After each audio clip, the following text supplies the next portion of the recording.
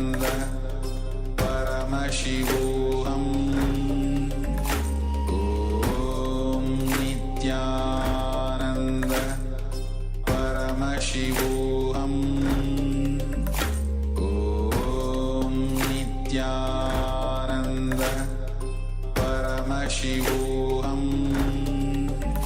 Om Nithyananda Paramashivoham Om Nithyananda Paramashivoham Om Nithyananda Paramashivoham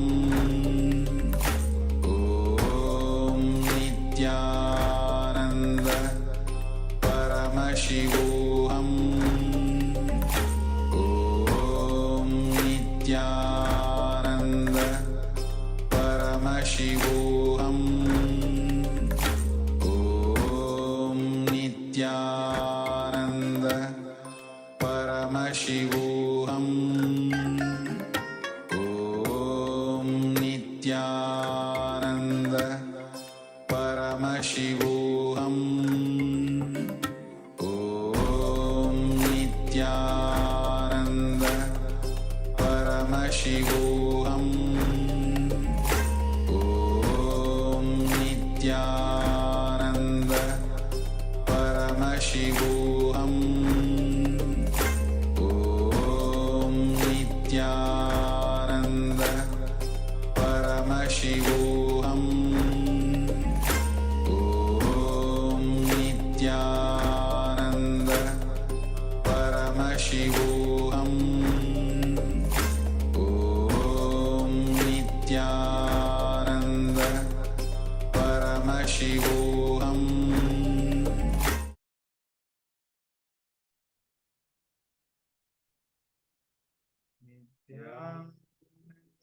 Paramasukadam Kevalam Jnanamurtim Dvandvatitam Gagana Sadisham Tattvamasyadiraksham Ekam Nityam Vimalamachalam Sarvadi Sakshi Bhutam Bhavatitam Trigunarahitam Sadgurum Tam Namami.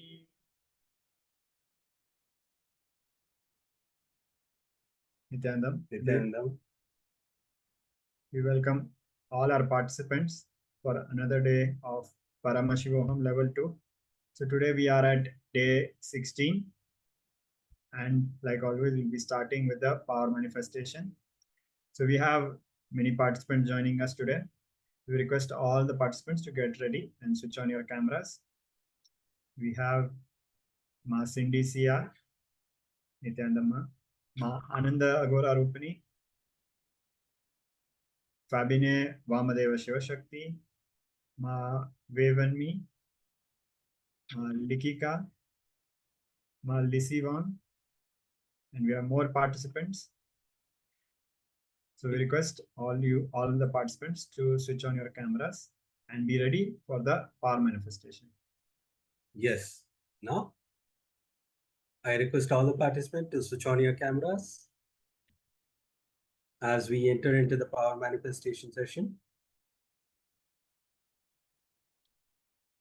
Yes. Let's start with the power manifestation. Please sit straight with your head, neck, and spine. Blindfold yourself.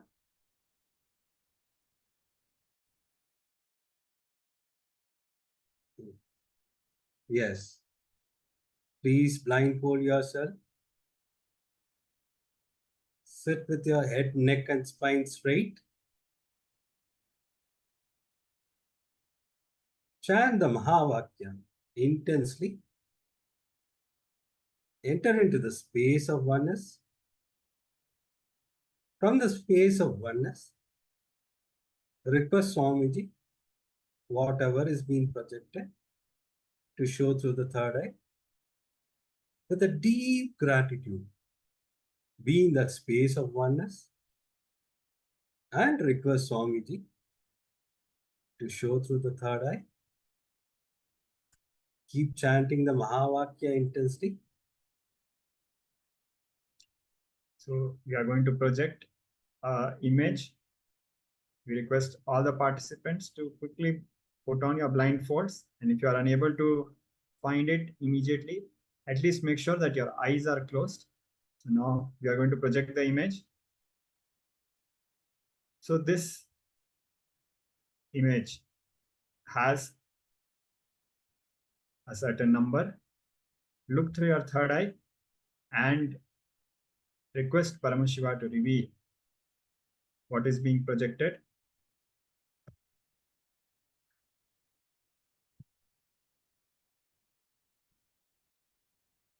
Start connecting with Swamiji. Start connecting with Paramashiva. Paramashivoham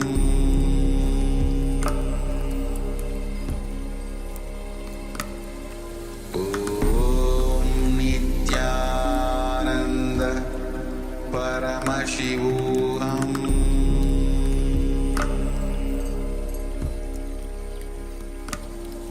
Om Nithyananda Paramashivoham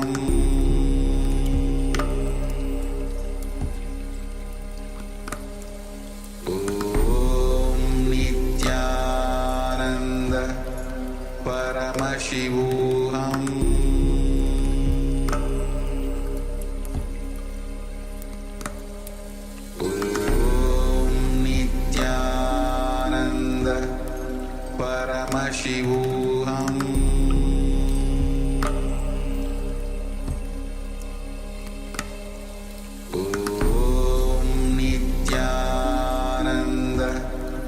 Paramashivoham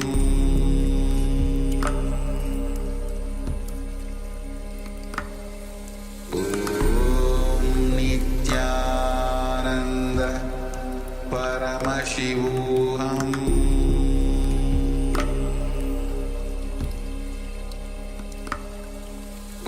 Om Nithyananda Paramashivoham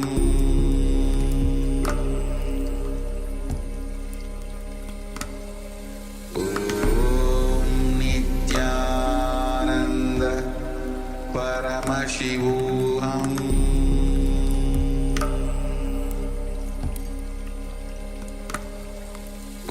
Om Nithyananda Paramashivoham Om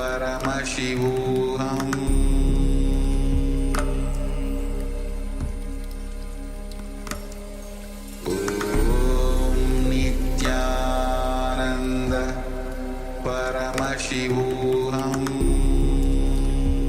Paramashivoham Om Nithyananda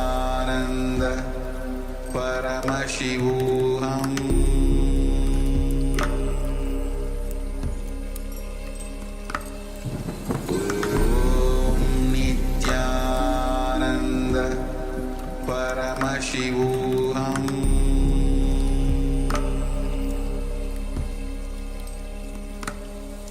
Om Nithyananda Paramashivoham Paramashivoham Om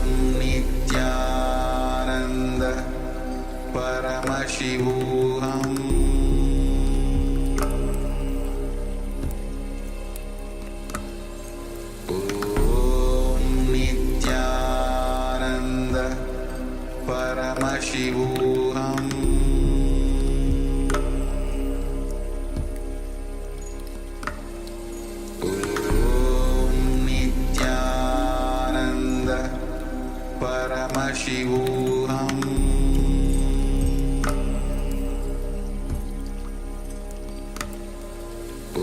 Om Nithyananda Paramashivoham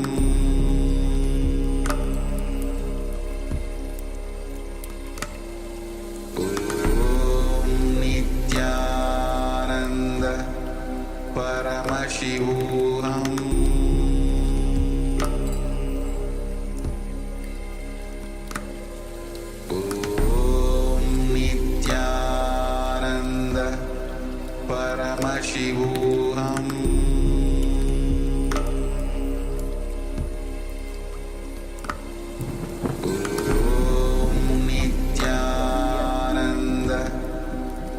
Paramashivoham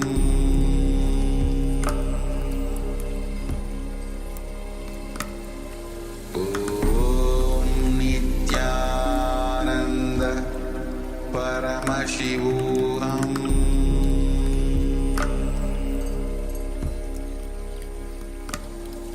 Om Nithyananda Paramashivoham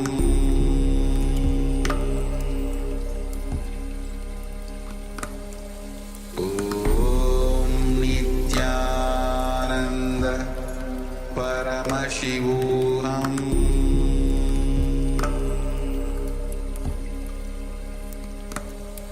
Om Nithyananda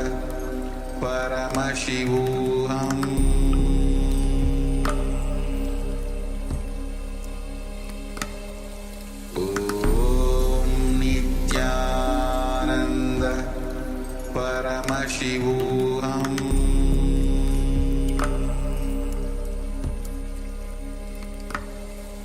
Om Nithyananda Paramashivoham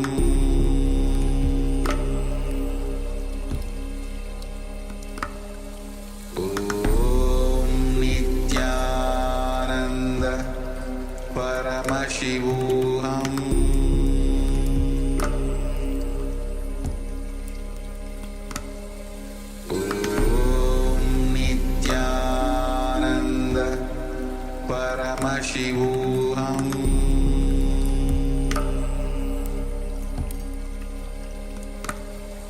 Om Nithyananda Paramashivoham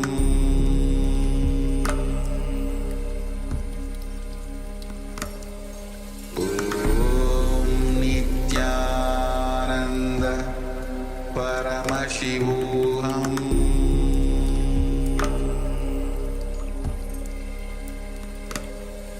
Om Nithyananda Paramashivoham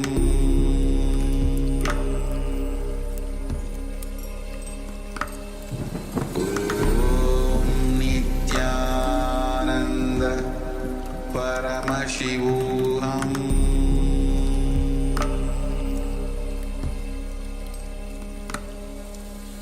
Om Nithyananda Paramashivoham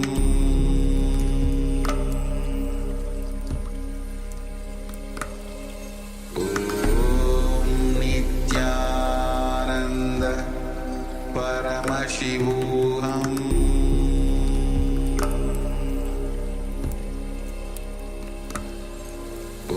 Om Nithyananda Paramashivoham.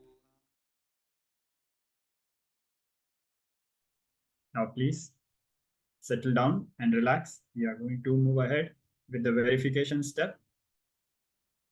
Please open your eyes and relax.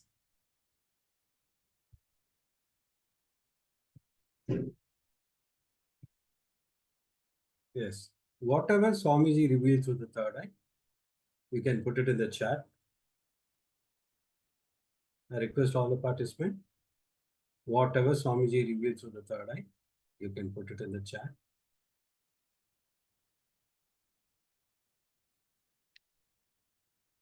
So for many of the participants, the revelation will be happening in form of a sound or a visualization.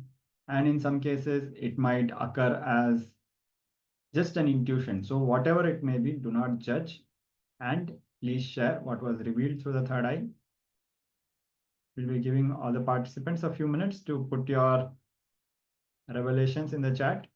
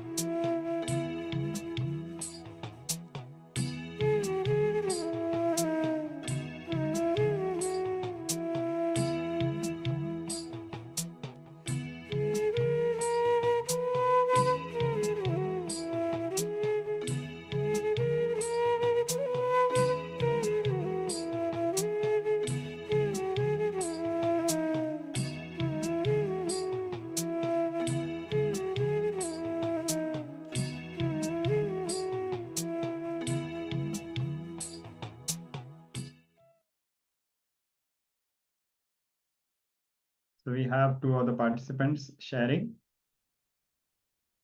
Ma Cindy is sharing green, white, yellow, and she is mentioning a temple. Ma Lissy Wang has written 3, 5, 6, 7. Yes, Ma Cindy is asking, is it a number? Yes, Ma, it is a number. So, but that is completely fine because we did mention before the power manifestation that it is a number, but even if we did not mention, whatever is revealed through the third eye is what is revealed to you. That is how Paramashiva is manifesting for you, and that is what matters. Because the more you manifest these powers, the more oneness you experience with Paramashiva. And he is showing you what exactly you need to see to experience complete completion and enlightenment. So yes, it is a number.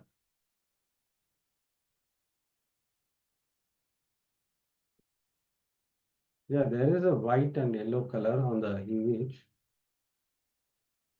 So now let's actually move to the verification. So as Maharaj was also sharing, there is indeed a yellow and white shade on the left. The left side is clearly yellow and it is slowly progressing towards like a mixing of white and other colors. That is perfectly correct.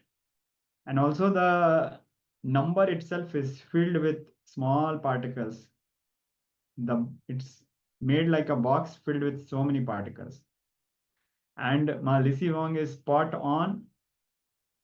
5 and 6, which he has mentioned in the middle, is exactly accurate, and not only accurate, even the sequence is perfect. So a round of applause for all the participants for manifesting this round of power manifestation. So we'll be continuing with more rounds of power manifestation. And if you got the answer right or partially right, do not worry, because this is how Paramashiva is manifesting through you right now and showing to you what you need to see. Yes. Yes, now Will let's enter into the second round of power manifestation. Please sit straight with your head, neck, and spine. Blindfold yourself.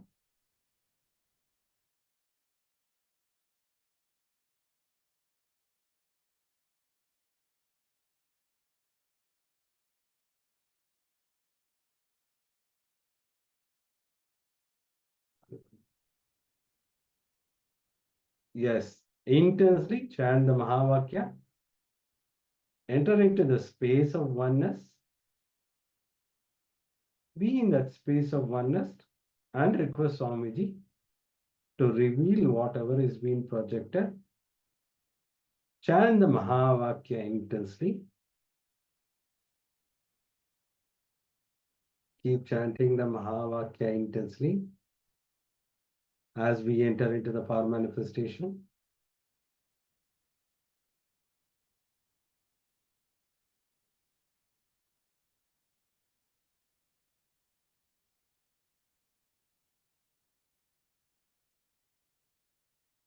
Yes, keep chanting the Mahavakya. Now we'll be projecting the image.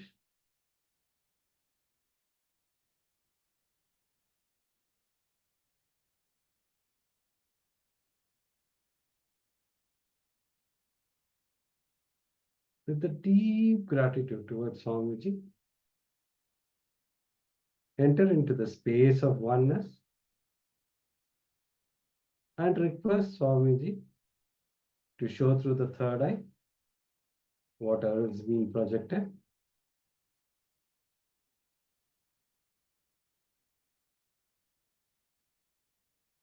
So now we are going to project the image. Please make sure your eyes are closed, and if you are not able to find a blindfold, at least make sure that you have kept your eyes closed. Now we are going to project the image. So continue chanting the Mahavakya.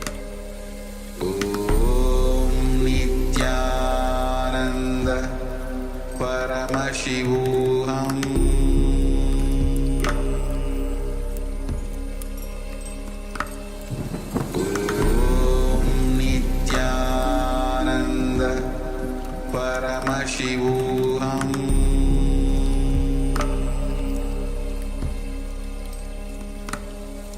Om Nithyananda Paramashivoham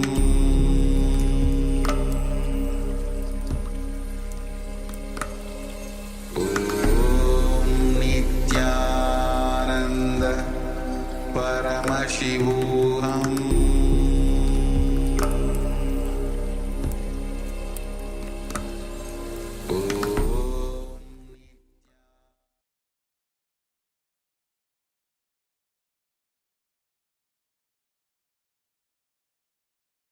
So now please settle down.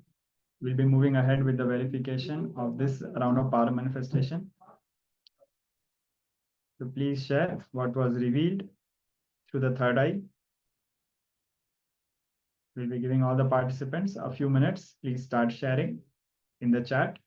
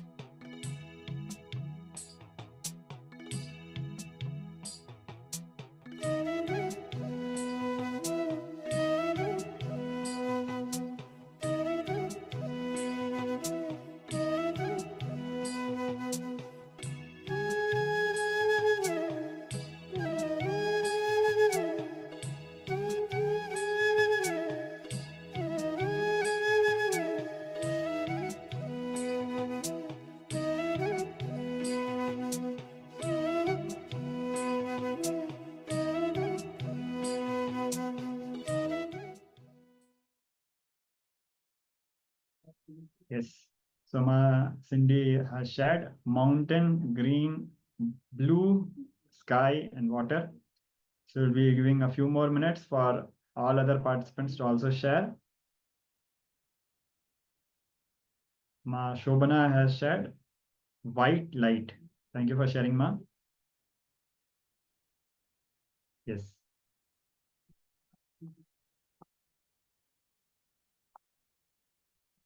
We request all the participants to quickly share, as now we are going to move ahead with verification.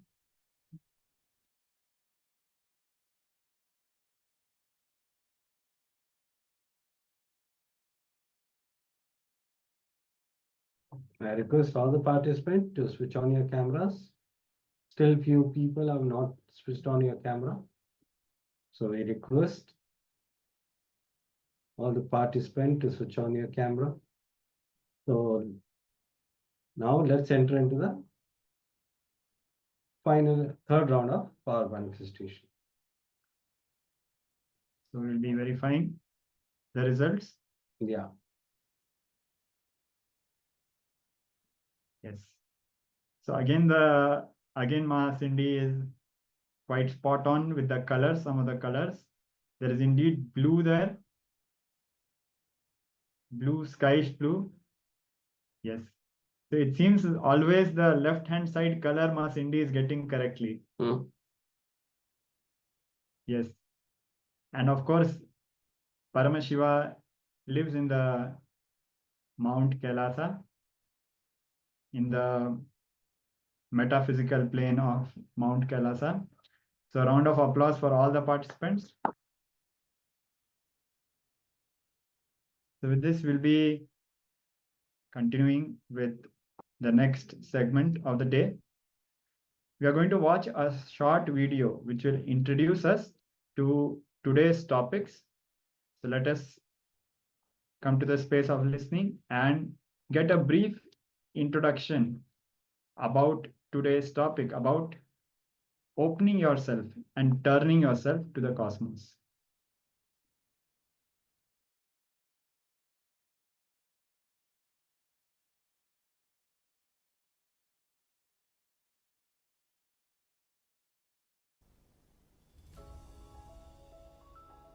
If you just complete with your fear of unknown, you will have the courage to enrich the whole world.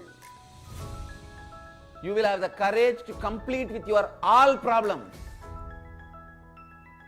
Courage to enrich the whole world and courage to complete with all problems is one and the same. If you don't have the courage to complete with all components of you, you will have the same fear outside to reach out to people.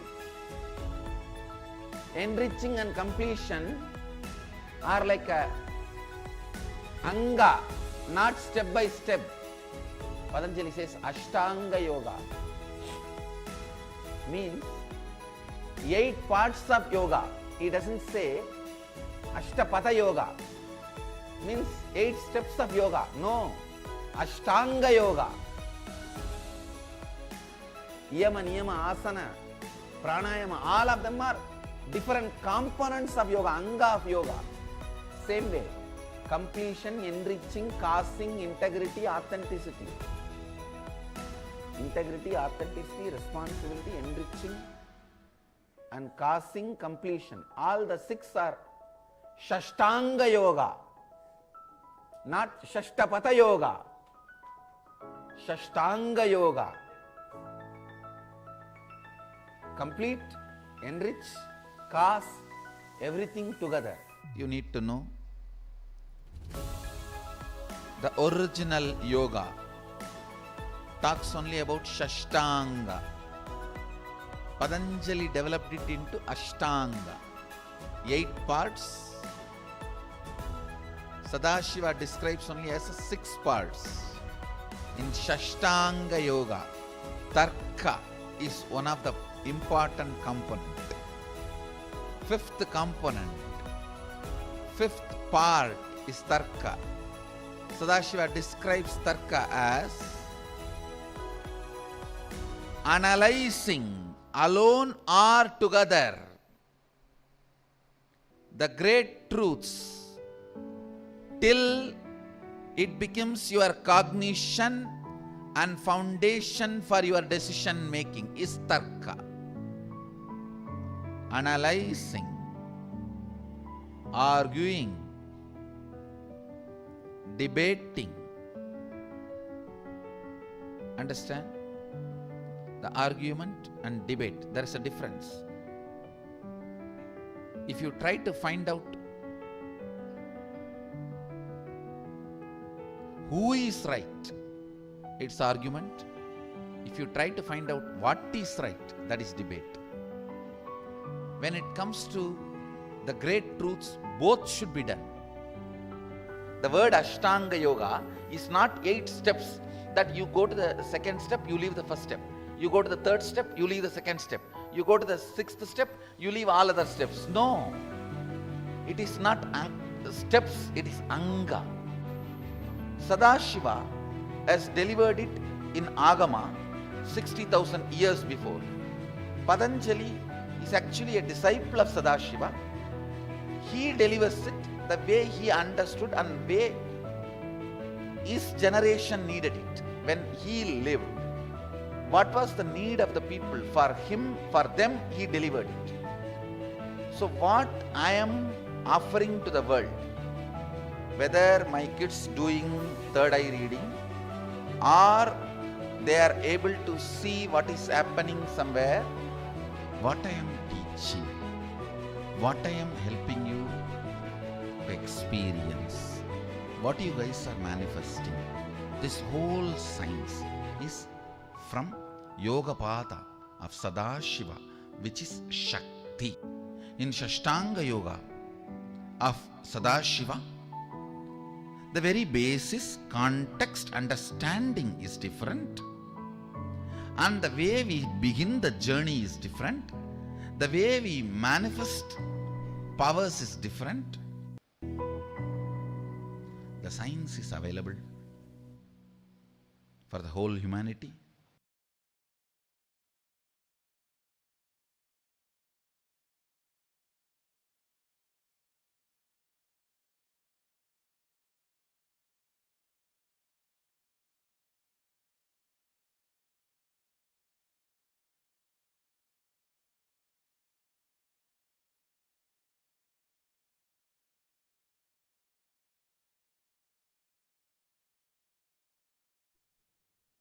So now, welcome back, and we are going to move ahead with this process of Ashtanga. As Swamiji was revealing, the Ashtanga process, it means literally 8 components, and components as in angas. Angas are like body parts. Each hand is an anga. So 8 parts. So it is not like when we do one part, we forget and leave the previous part. All of them work together. So today we are going to do a small exercise, and for that we will need to form a teamly.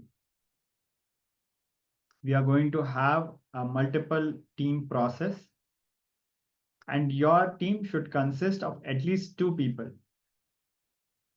These processes will help you with various powerlessness that you face in life. So before we begin, make sure you connect your dear and near ones and local Sangha and form a team for the day. So you can pair up with anybody from the local Sangha who forms your teamly, your family members, or you can also team up with a person who is a part of your teamly, who is there in the Zoom. So make sure that you connect with your near and dear ones and local Sangha and form the team for today. So we'll be also giving you some time for this. And in the meantime, we'll be moving ahead with a revelation. Yes, Malisi Wong has put a message that she's need of a partner to pair up. So yes, you can also pair up amongst the other participants. But since you are forming a teamly, this teamly will be helping you and should be with the persons with whom you work every day and share your life. So for example, your parents or your in-laws, you will be living with them.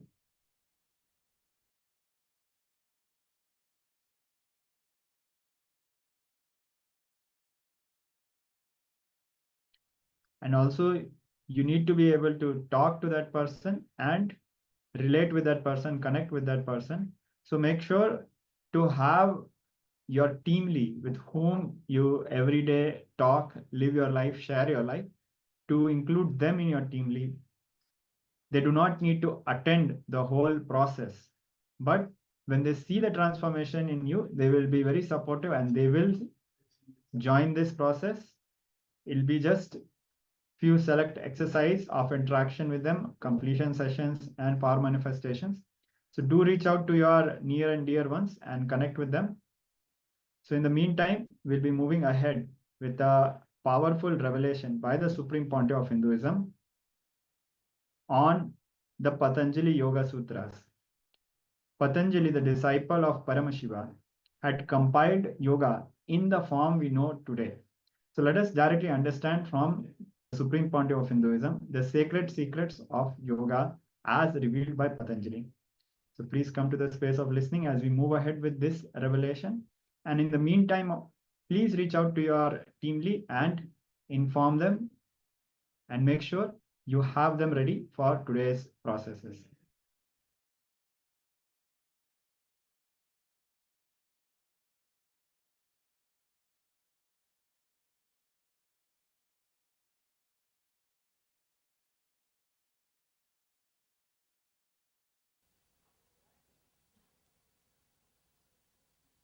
Let me take few minutes to introduce this great book, Patanjali Yoga Sutras, and today's subject to all of you is the father of yoga. From this book, all yogic traditions originated. I can say not only all yogic tradition, almost all religions are influenced directly or indirectly from these sacred and secret teachings. maybe 5,000-year-old. These teachings are from a great master Patanjali, who lived in a place called Chidambaram in South India, in Tamil Nadu, and left the body in a place called Rameshwaram in South India. Just in few words, in few sutras, he is trying to explain all the great truths. Just in seed form, he is sharing all the great truths with us. The Patanjali's idea about memory.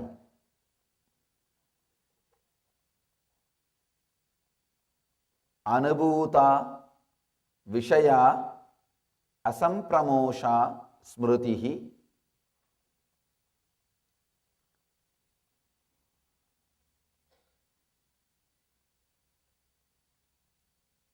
Each time I repeat Patanjali's words, I feel it can never be translated.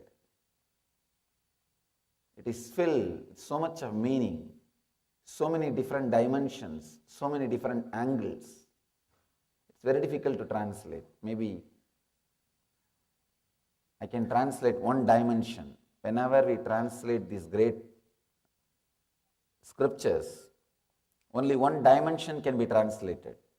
Only one dimension can be expressed in the translation.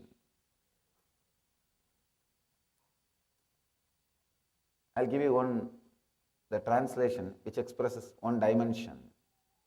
The recall of mental impressions of past events from the subconscious mind is memory.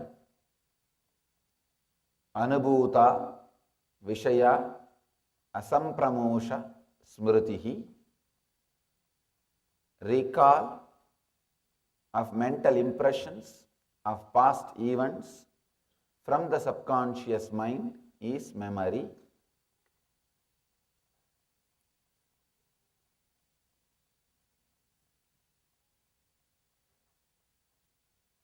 The memory can lead either to suffering or to joy in our day-to-day life. How we use it, how we relate with it, how we connect with it, how we respond to it. The memory is responsible for your spontaneity, decision making. I can say anything available to you in the outer world, memory is responsible. Whether your medicines or research and development done in all the fields of the outer world, it's because of memory. And the same way, all sufferings, all psychological disorders. In Sanskrit, we have a beautiful word. Bhava Roga means the birth itself is a disease, including the disease of birth. For everything, this memory is responsible. This memory is responsible for all the joys, all the things which you enjoy in the outer world. Same way, the same memory is responsible for all the sufferings you go through in the inner world.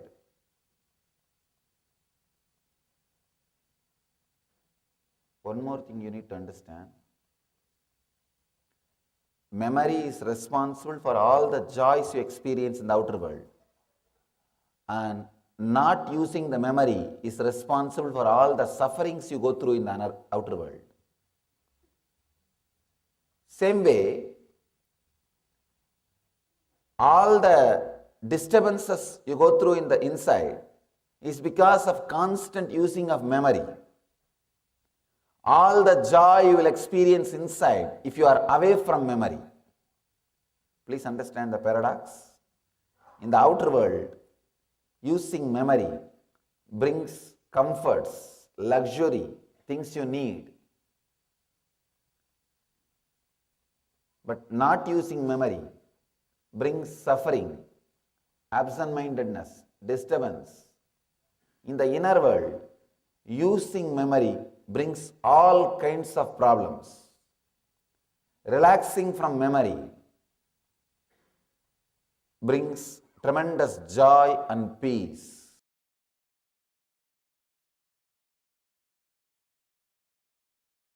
Today's subject is beware and be aware of ignorance.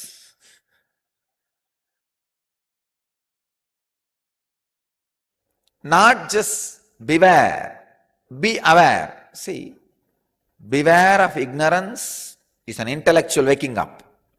Be aware of ignorance is a technique to go beyond ignorance. Technical knowledge and technique, both I am trying to convey just with this one topic. Beware of ignorance is a technical knowledge. Be aware of ignorance, technique to go beyond ignorance. Beware and be aware, both needs to be experienced. How to experience both the space? Let's see how Patanjali is guiding us.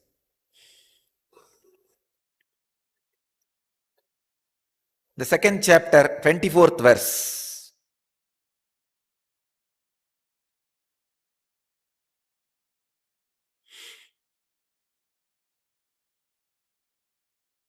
Tasya hetur avidya.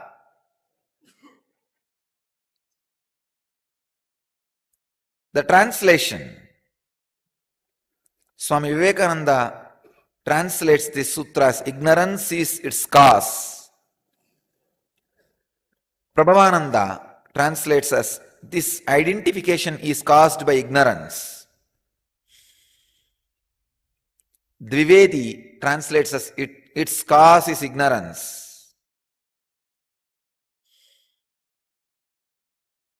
Swami Sachidananda translates as the cause of this union is ignorance. The second chapter, 24th sutra, as continuous, I don't know the number, but second chapter, 24th sutra.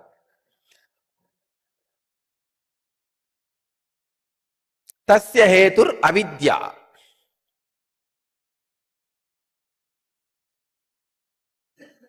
The cause of unawareness of Purusha, the consciousness about its real nature,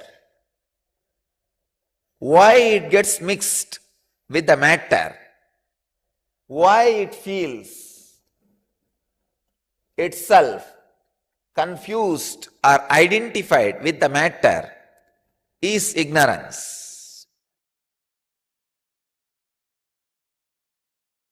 I'll try to define ignorance.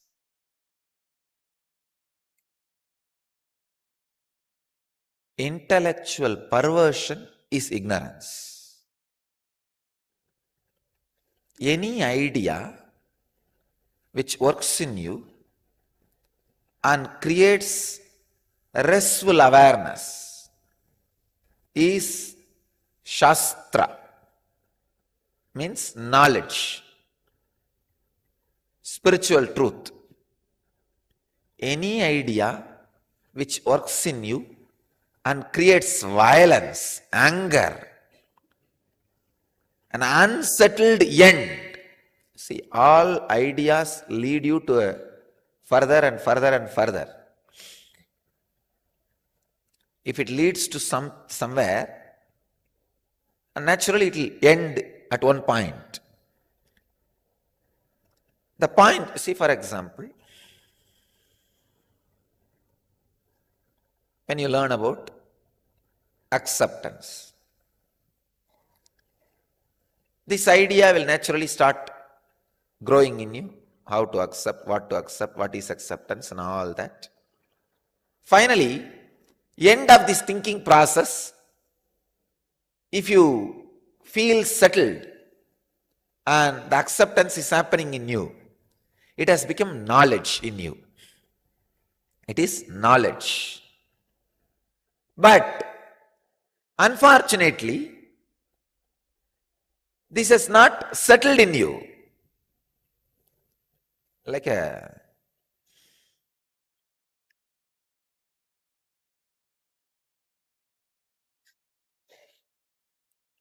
End of this thinking process, you feel, no, I am not able to accept me, or I don't know what to do. It just ends abruptly without getting the completion or without reaching its logical conclusion, just by kind of a suffering.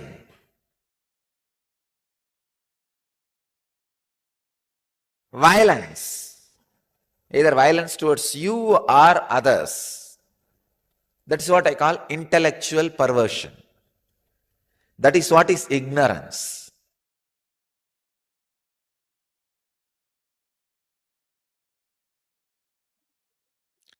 It is 131st Sutra of Patanjali Yoga Sutras and 3rd chapter, 25th verse.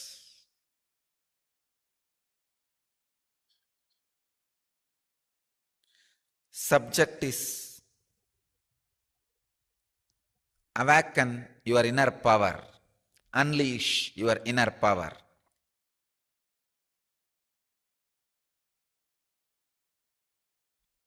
The sutra is Baleshu Asti Baladini. A very powerful sutra. Swami Vivekananda translates this sutra as through samyama on the strength of the elephant and other creatures, their respective strength comes to the yogi. Swami Prabhavananda translates as by making samyama of any kind of strength, such as that of the elephant, one obtains that strength.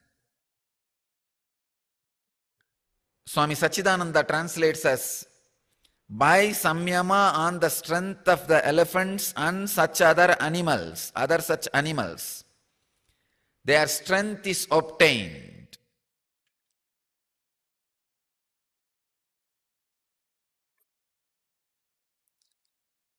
Before entering into the sutra, I wanted you to understand few basic truths. You are not as solid as you think. You are just liquid.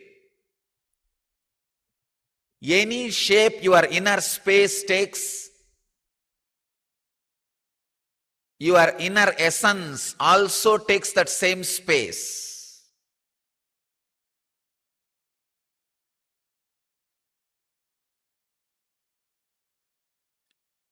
You are what you think you are. You are what you do samyama as you are. You are what you strongly believe you as you are.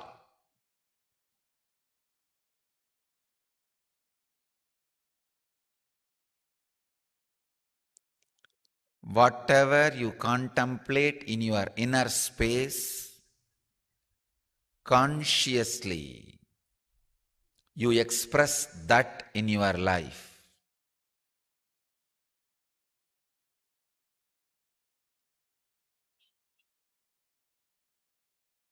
You can see the living proof of this in so many great yogis' life in Vedic tradition.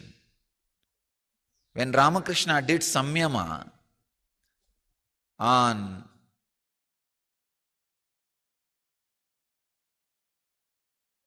the attitude of being a woman and serving Devi, he calls it Saki Bhava. He felt he is the servant of Devi, woman servant of Devi, maid of Devi. And the biography says, literally he had periods. All the physical expressions of women in his body. Same way, when he did samyama on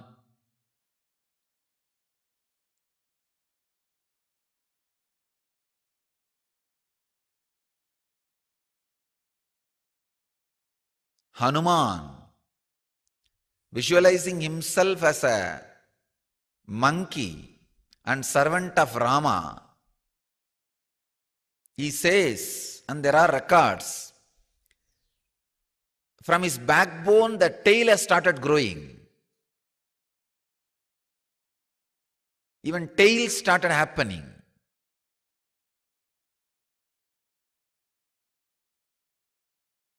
Please understand, all your desire is disrespecting the cosmic presence.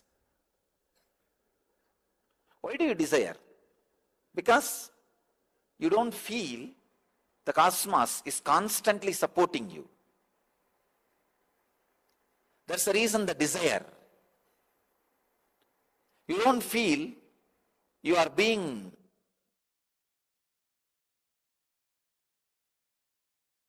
showered. The ultimate truth is, please understand, I am not giving you fantasy. I am not teaching you fantasy. I am teaching you reality. Even the life which is happening in your body is gift. Constantly you are showered. If you stand on this base, you can create wealth 10 times more. You can create infrastructure. See, if you start your life from the mood of not having, you will not create wealth, you will grab wealth. If you start your life feeling blessed, you will create wealth, you will not grab wealth. There is a big difference. Understand? Please understand. The moment you start making choices, your freedom of being in choicelessness is getting restricted. The moment you choose, you will be choosing language. Now you are in a bondage of acting only in that language realm. Till you choose, you have a freedom of all languages. The moment you choose, you will take birth in India. Now you are bound by all the plus and minuses of this Indian society. Till you choose, you are beyond the plus and minuses of Indian society. Every choice you make takes away some part of being choiceless from you.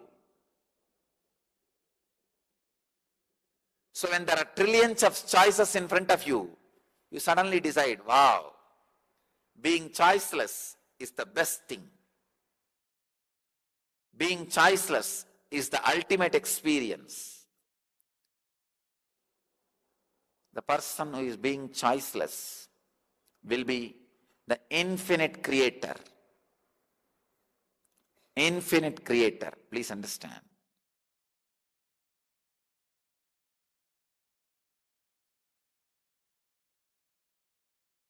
Maitriyadishu balani sutra, just 2 words.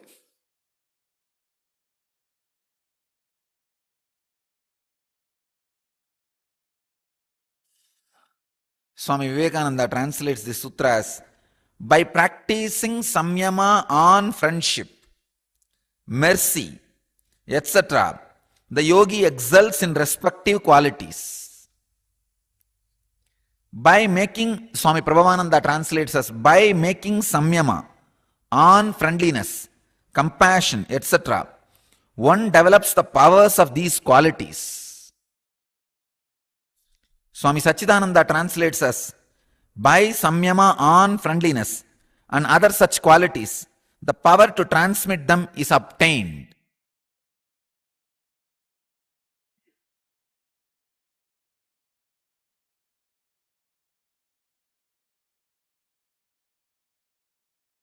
Love.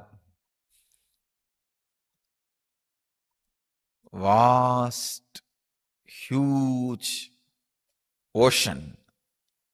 The subject,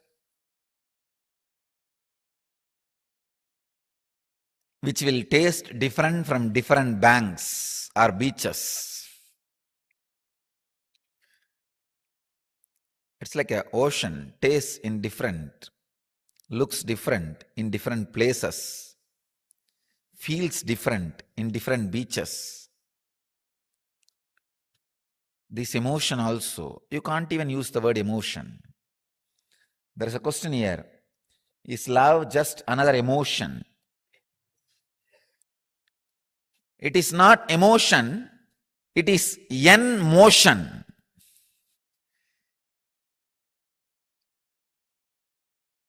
It is the energy which makes motion happen in you towards enlightenment, from enlightenment towards enlightenment. When the glimpse of enlightenment starts in you and motions you towards enlightenment, the ultimate enlightenment, between that period, what you experience is called love.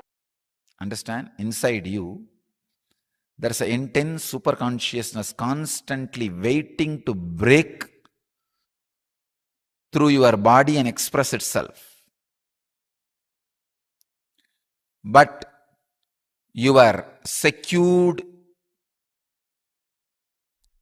low mood logic, which goes on saying, no, no, no, you will be exploited, you will be exploited, you will be exploited. If you are so open, so alive, whoever goes around you will exploit you.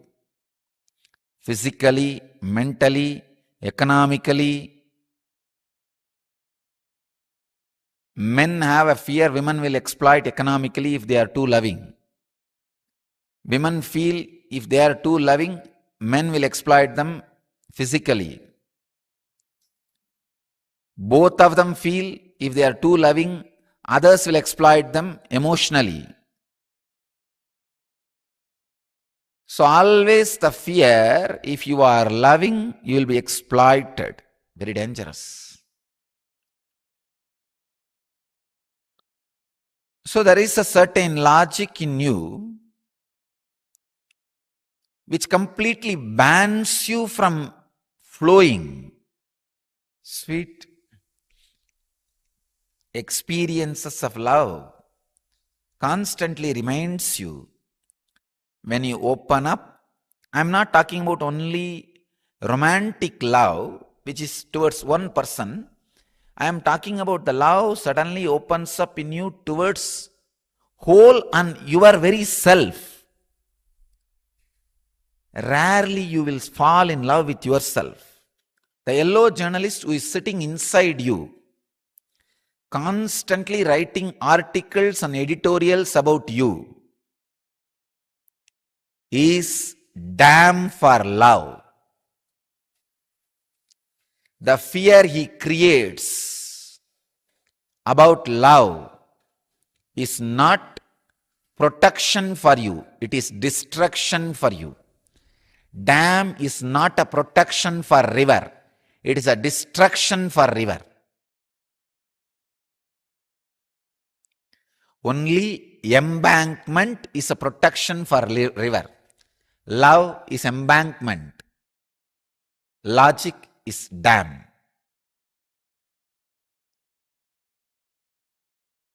Do samyama on love. That is what Patanjali says. Means sit and meditate on the intense, beautiful inner space you go through when you are in love with you and with the whole. Understand? Here, Patanjali is not saying contemplate on the love which was directed towards one person. No. When at some time you just feel so good about being you, being who you are, but it happens very rarely. That's a big problem. If you are feeling deeply good at, wow, I am really worthy. I am really worthy of what I am. I am really worthy of life. I am really worthy of whatever is happening around me. When you are experiencing the love for yourself, suddenly you will experience that love for the whole. you will see that everybody, everything is worthy of what they are. The whole. When the love is experienced towards you by you, you will suddenly experience that towards the whole. So meditate on that love.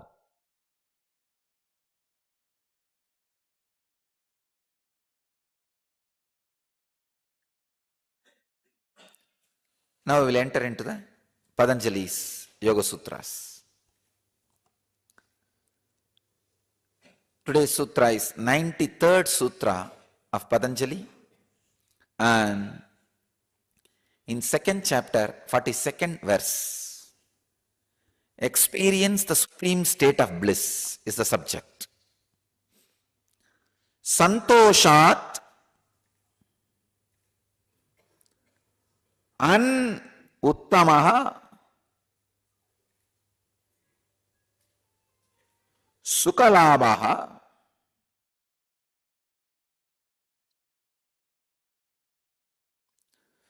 santoshat anuttamaha sukalabha. Swami Vivekananda translates this sutra as, from contentment comes superlative happiness. As the result of contentment, one gains supreme happiness. That's a Prabhavananda's translation. Prabhavananda's translation is, as the result of contentment, one gains supreme happiness. Sachidananda translates, by contentment, supreme joy is gained.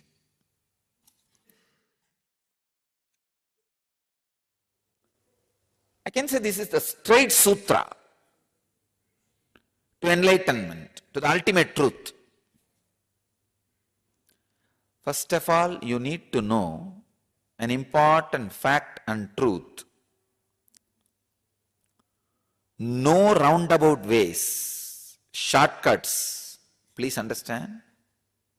There is no roundabout ways. Because there is no roundabout ways, there is no shortcut. There is only straight path.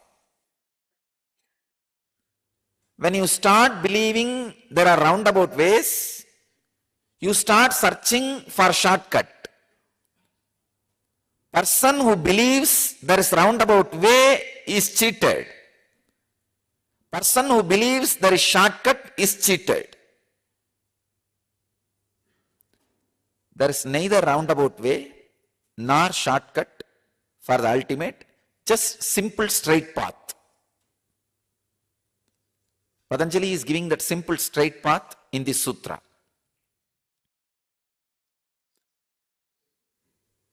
Either the simple straight path looks too small, too simple for you, and you feel, wow, it's a shortcut. Or the same simple straight path, you feel, oh, it is too complicated, it is roundabout way, and you suffer. But path and path showers are no way responsible for your feeling it is roundabout or simple straightforward. They are no way responsible for your feeling it is roundabout or a shortcut. It is a simple truth. I tell you, all sadhana fails when you think path is roundabout. If you have overconfidence, it is shortcut, you don't do sadhana. That's the biggest problem.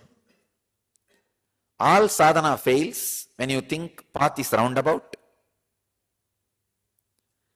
If you have overconfidence, path is shortcut, sometimes you don't even need start sadhana.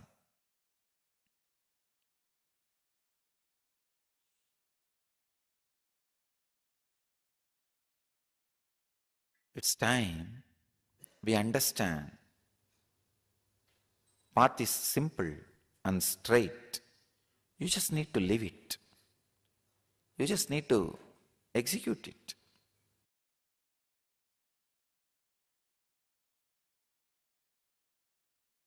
It is 103rd Sutra of Patanjali's Yoga Sutras. In the second chapter, 52nd verse.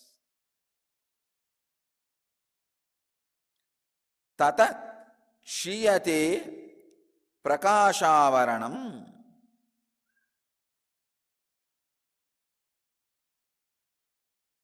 Swami Vivekananda translates this sutra as, by that the covering of the light of the chitta is attenuated. Swami Prabhavananda translates as the result of this, the covering of the inner light is removed. Swami Sachidananda translates as its result, the veil over the inner light is destroyed. I'll try to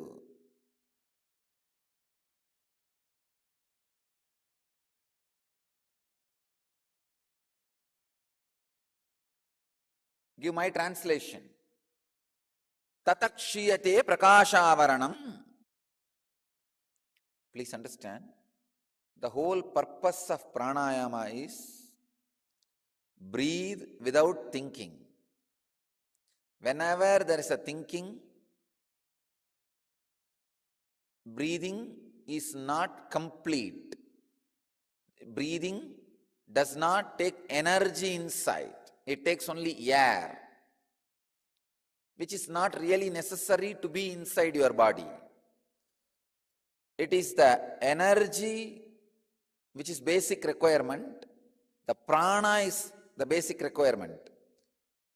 Because prana is mixed in the air, we take the air also. If there are more thoughts, you will take more air, less prana. If there are less thoughts, you will take less air, more prana. Please understand? It's like a vicious circle. If you take more prana, naturally less thoughts will be there.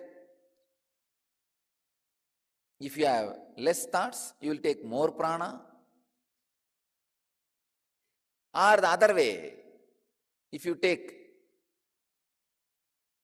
less prana, there will be more thoughts.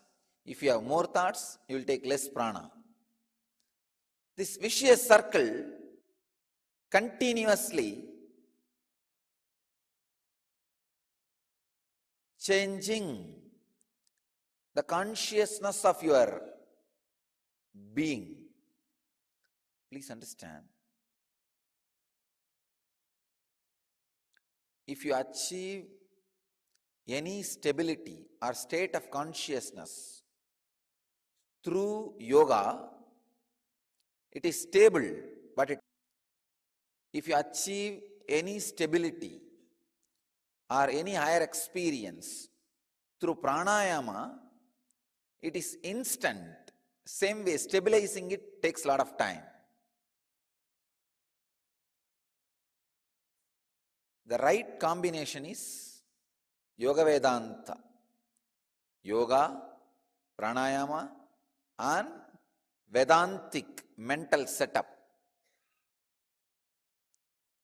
Having a strong foundation of ethics and understanding about life.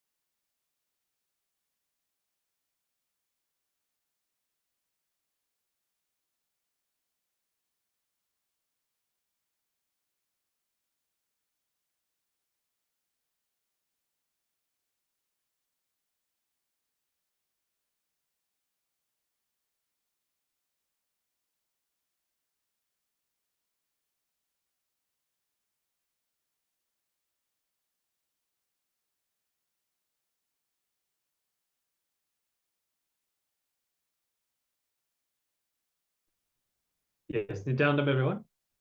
And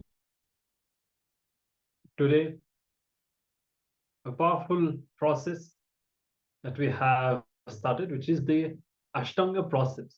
And so far, we've had an introduction, understanding about Patanjali. It's all based on the Patanjali Yoga Sutras and some of the yogic techniques that are revealed that somebody has applied and utilized to create this full-fledged process, that is the Ashtanga process, which is based on the science of yoga, but not yoga as we know it. We're utilizing these sciences and techniques to break our patterns in a very straightforward manner. And today, throughout the day, we'll be going through all of that, learning about these techniques, practicing them.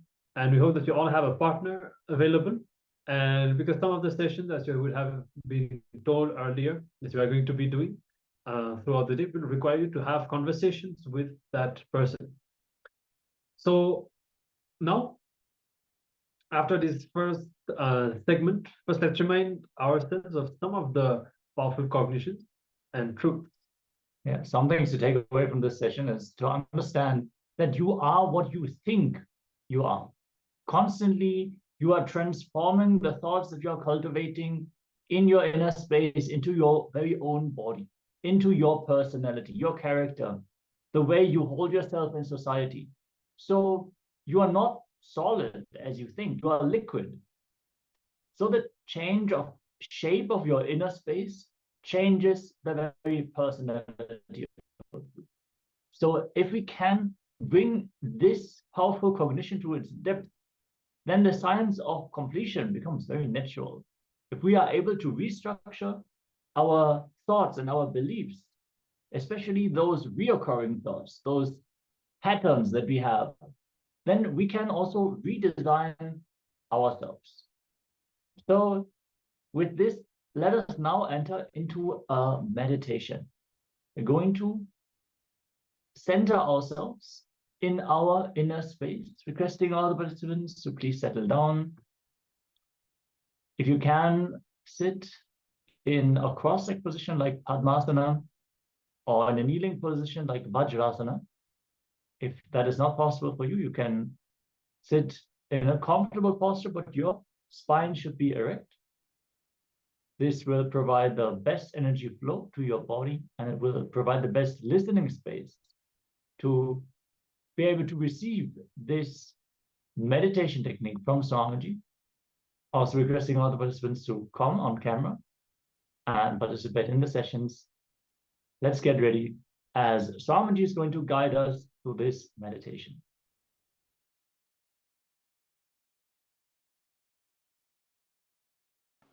अपरे नियत आहारः प्राणान् प्राणेषु जुह्वति सर्वे अपि एते यज्ञ विदः यज्ञा क्षपित कल्मषाः.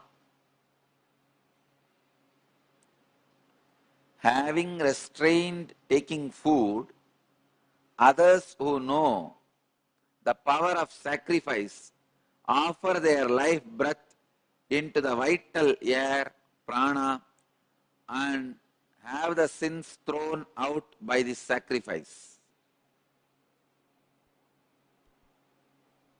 So yesterday, I made it very clear.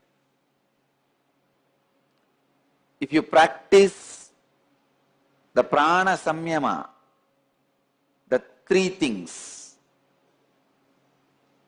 enchanting, feeling connection, unclutching, I'll be able to easily lead you into the hunger-free samyama. Today Bhagavan is exactly describing the second samyama.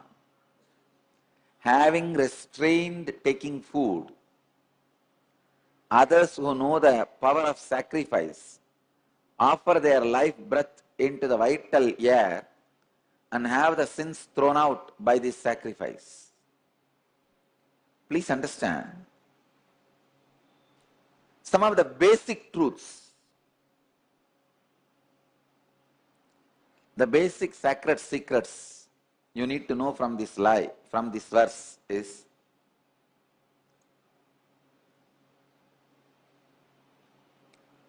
constantly offering all your actions into your prana. What it means? Means during all your activities, how much ever it may be demanding, without losing yourself, completely centered, being centered in enchanting, feeling connection and unclutching. That is what Krishna means, offering all your actions into prana. Please understand. Here prana means the ability of self-remembrance, ability of being spiritual centered, enlightenment centered, atma centric, higher self centered. That is what is exactly meant by the word prana. All you need to do, let the whole day, your routine, your life be centered on this self-remembrance, these three actions: enchanting, feeling connection, unclutching. Whole day. Unfortunately, some of your actions demand your complete attention, emotion, complete involvement. Even during those actions, start empowering the moments of remembrance. Please understand. Start empowering.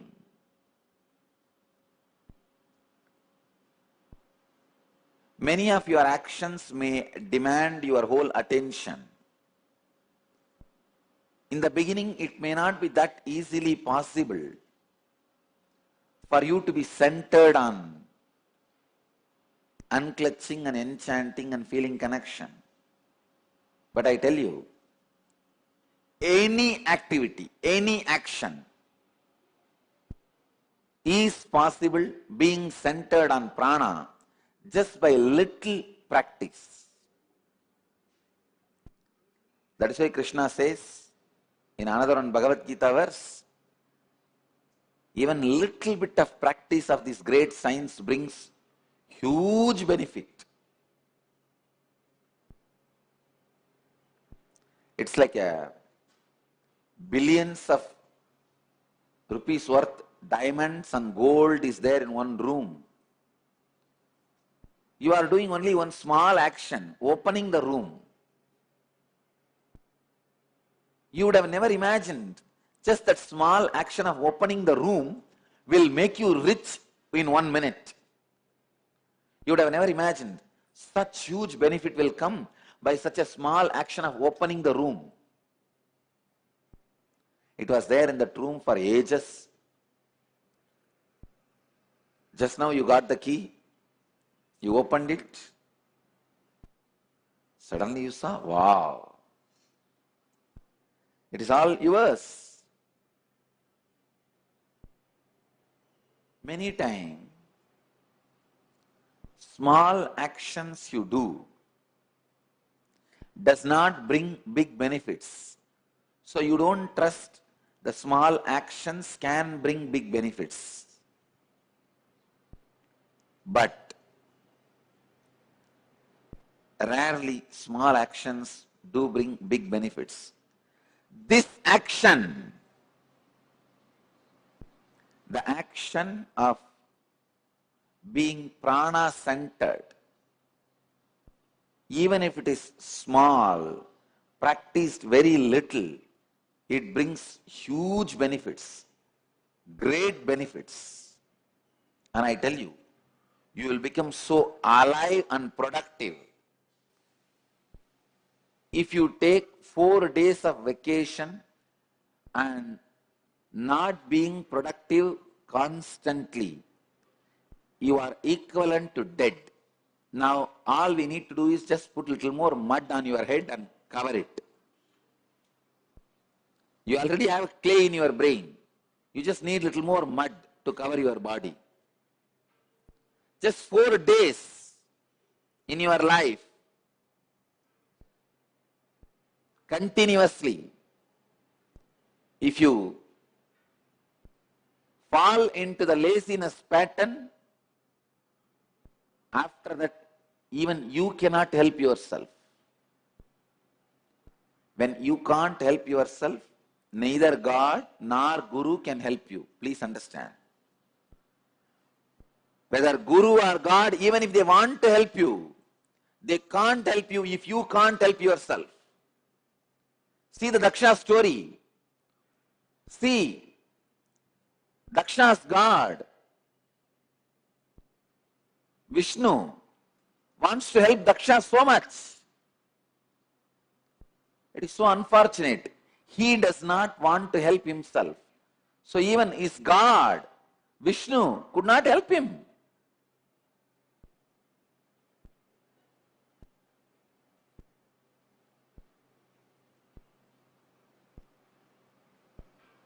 Daksha had Saptarishis as his guru. Neither his gurus, Saptarishis, were able to help him, nor his own father, Brahma, is able to help him, or his Aradhya Devata, God, Vishnu, is able to help him. Why? Because he does not want to help himself. You wanting to help yourself is a first major criteria for your growth. If you push yourself into the laziness pattern, just 4 days, enough, over. Bhagavan uses a very beautiful word here. Pranan praneshu juhvati sarvepyete yajnavitaha. It means, let all your actions be offered into the prana. Please understand, you should do this like a tapas. How you know? Whole day, continuously, whenever you are performing your actions, keep a separate notebook, and during each action, for example, you are going to the office from the house. It is half an hour action, driving. During the driving, try constantly to be centered on prana. End of the driving, when you reach your office, note down in your book, today during the driving, half an hour, was I established in prana? Prana samyama. Sometimes it may be half an hour, sometimes it may be 10 minutes, sometimes it may be few minutes. Write down your opinion. The next action, sitting in the office and seeing through the files. That may be next 2 hours. If it is government office, it's only 20 minutes. See through. End of that action, note down in your notebook. Did I establish myself in prana in the second action? The next action, your lunch. During this lunch time, establish yourself into that prana. When I say establishing into the prana, 3 things. Enchanting, feeling connection, unclutching.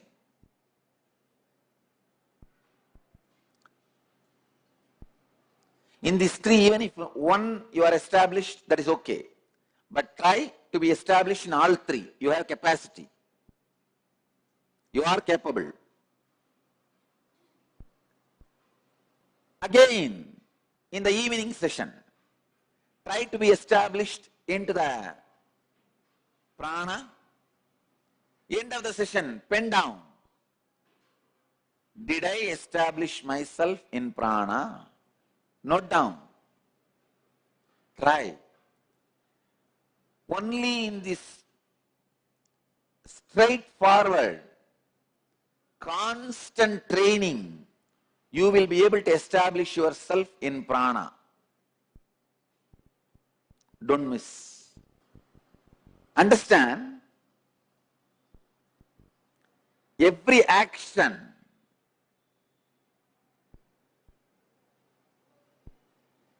should be offered into the prana. Means during every action, you should be established in prana. It may be little difficult in the beginning, but little bit of practice, it is possible. Achieve it.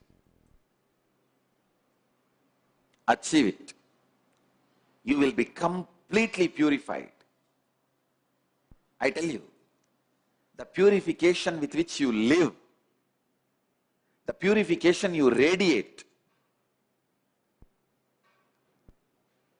will make you so joyful and make others in bliss. Please understand.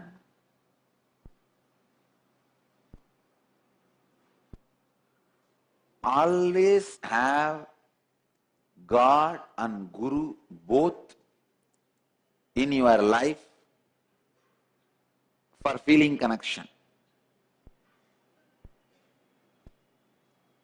You may ask, why? Is Guru not enough? Is God not enough? Please understand. However strong you may be, at some times you will not be able to have a complete trust over Guru.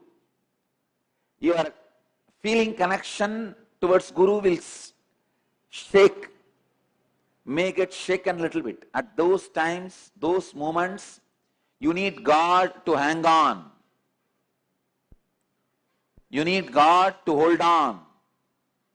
You need God to keep your spiritual practice and spiritual life alive. You may ask, why God is not enough? Why Guru? Sometimes your feeling connection with God may not be practically useful in your day-to-day life to solve many of your issues. At those moments, feeling connection with Guru will be handy and directly practically useful. At one point, feeling connection with God and Guru will merge into each other. You will not have difference between two. You will just experience God and Guru is one and the same. That is okay. When that happens, it happens. But now, please understand, when you begin your practices, when you begin your spiritual life, when I say when you begin, I mean till you are enlightened. Means everybody. Always have God and Guru both, so that you are safe. I have seen people who had only God, never progressed, who had only Guru, sometime dropped out.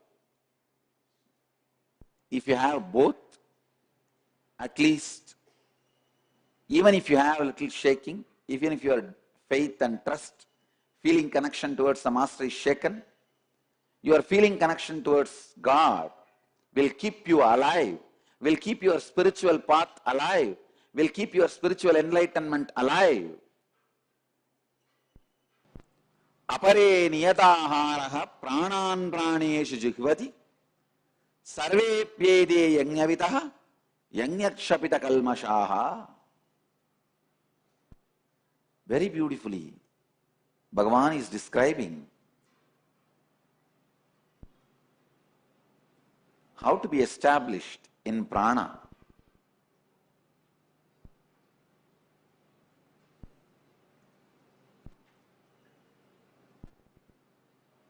Try this simple process of maintaining the report in Book of Art whether you are able to retain, establish yourself in prana whole day. Try this. It will help you and make you established in prana.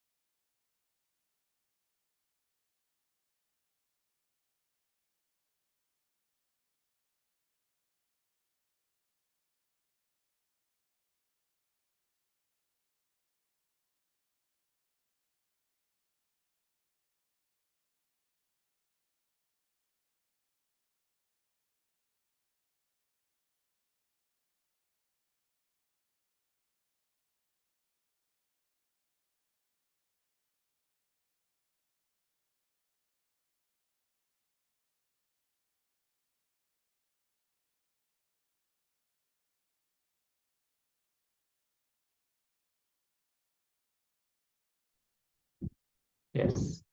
So Swamiji has shared about the correlation of the prana uptake with every single breath. How sometimes we might take a lot of air in, but the body might not take the sufficient amount of prana into the system. That is when the aging extends and we get older. We can see that our skin loses the color, we lose the vibrancy. And in reverse, when the prana uptake with every single breath is more, we will even be able to rejuvenate ourselves. So Anji shared how the number of thoughts that we experience are directly connected to the amount of prana that we uptake. So here is it that all those powerful techniques like pranayama and other breathing related meditations can show their true potential. And that is also a reason why Nithyananda Yoga has pranayama as one of its pillars.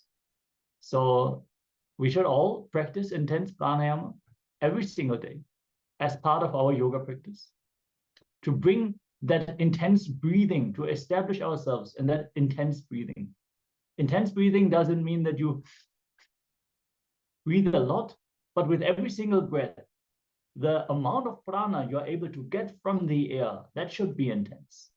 So the breath might be subtle, almost unmoving, but able to absorb the energy that is stored in the air. So yeah, so here the process that Swamiji has for all of us is to keep a record throughout the day of these breathing pattern, being able to note down what is the breathing pattern that we have.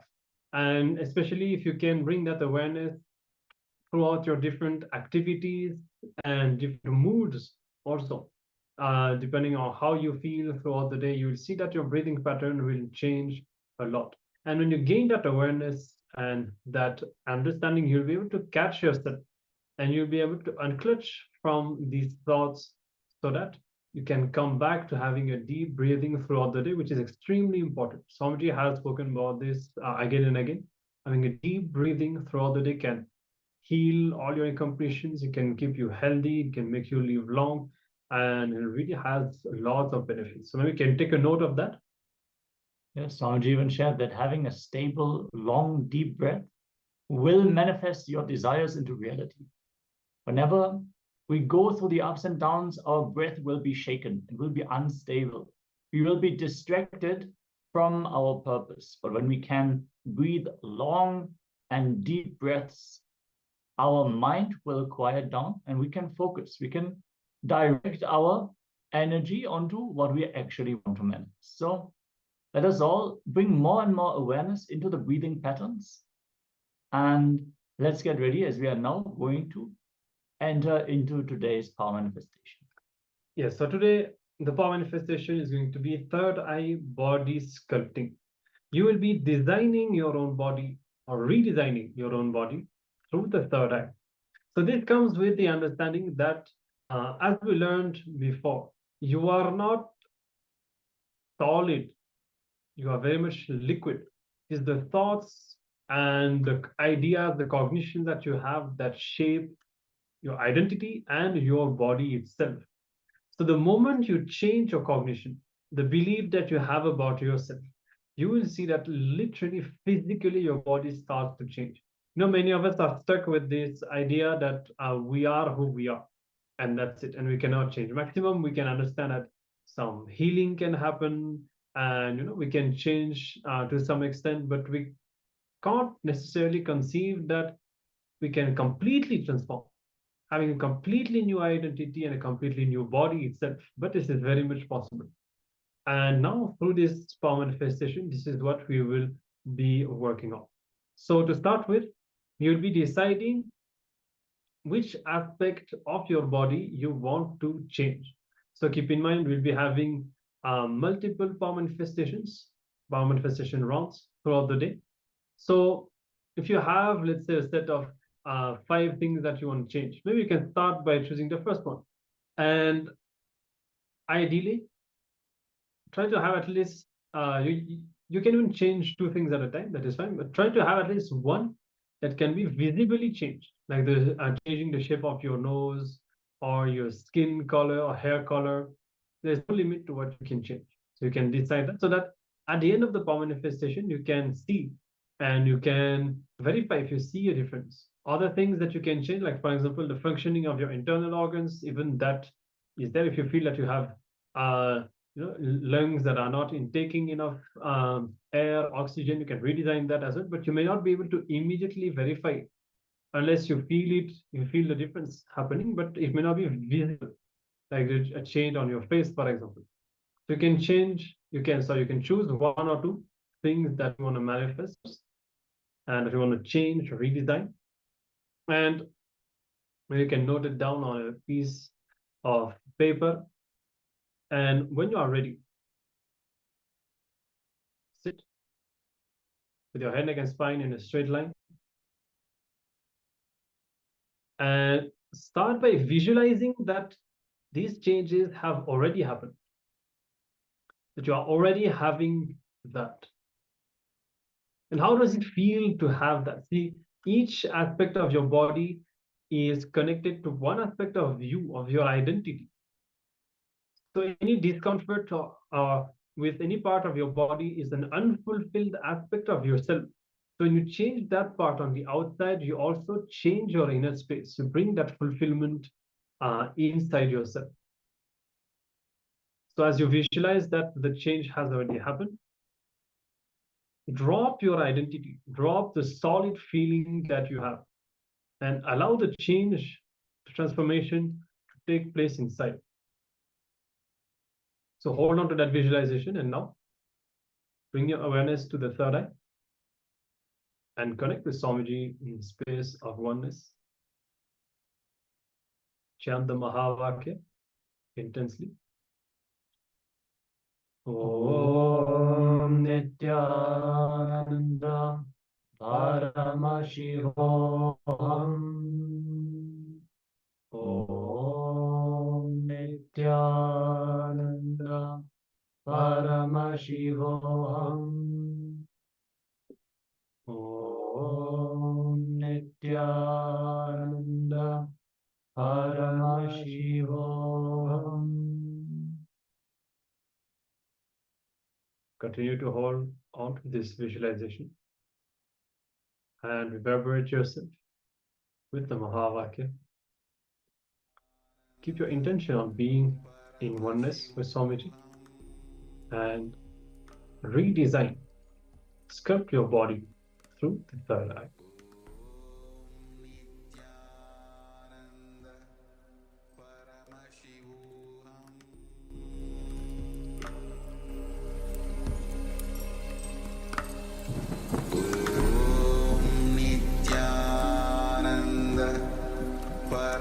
Paramashivoham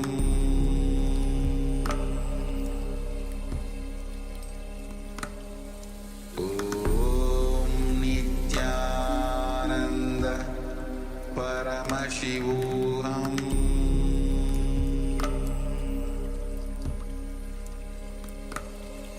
Om Nithyananda Paramashivoham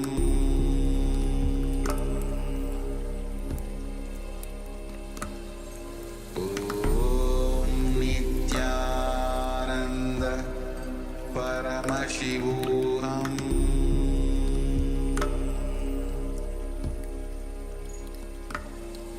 Om Nithyananda Paramashivoham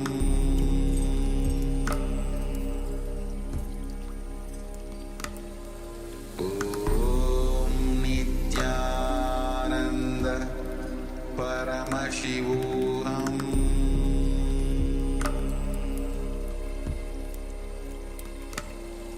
Om Nithyananda Paramashivoham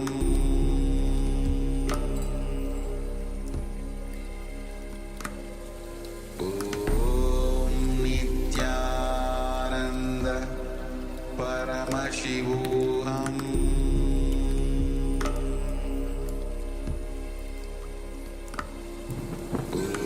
Om Nithyananda Paramashivoham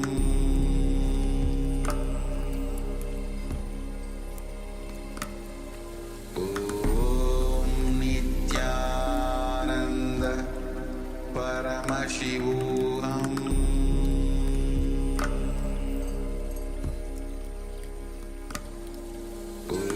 Om Nithyananda Paramashivoham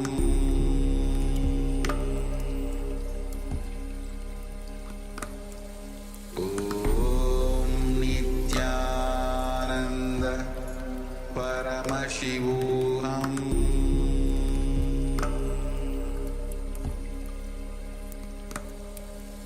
Om Nithyananda Paramashivoham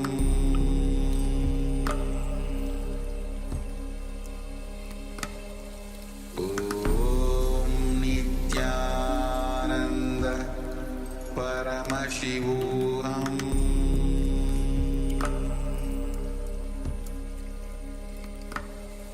Om Nithyananda Paramashivoham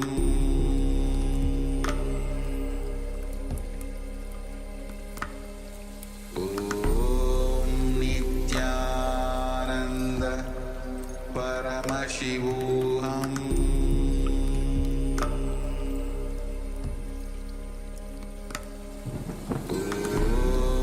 Om Nithyananda Paramashivoham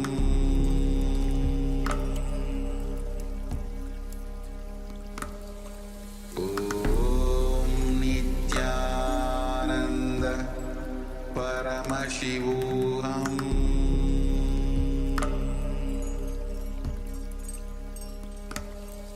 Om Nithyananda Paramashivoham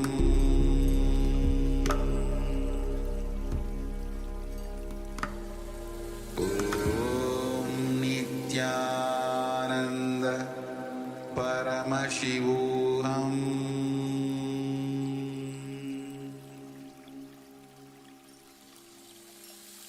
I bless you all. Let you all open all your three eyes.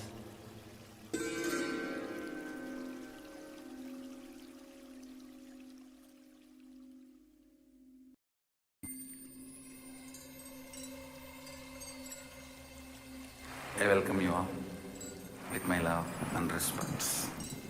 Let you all open all your three eyes.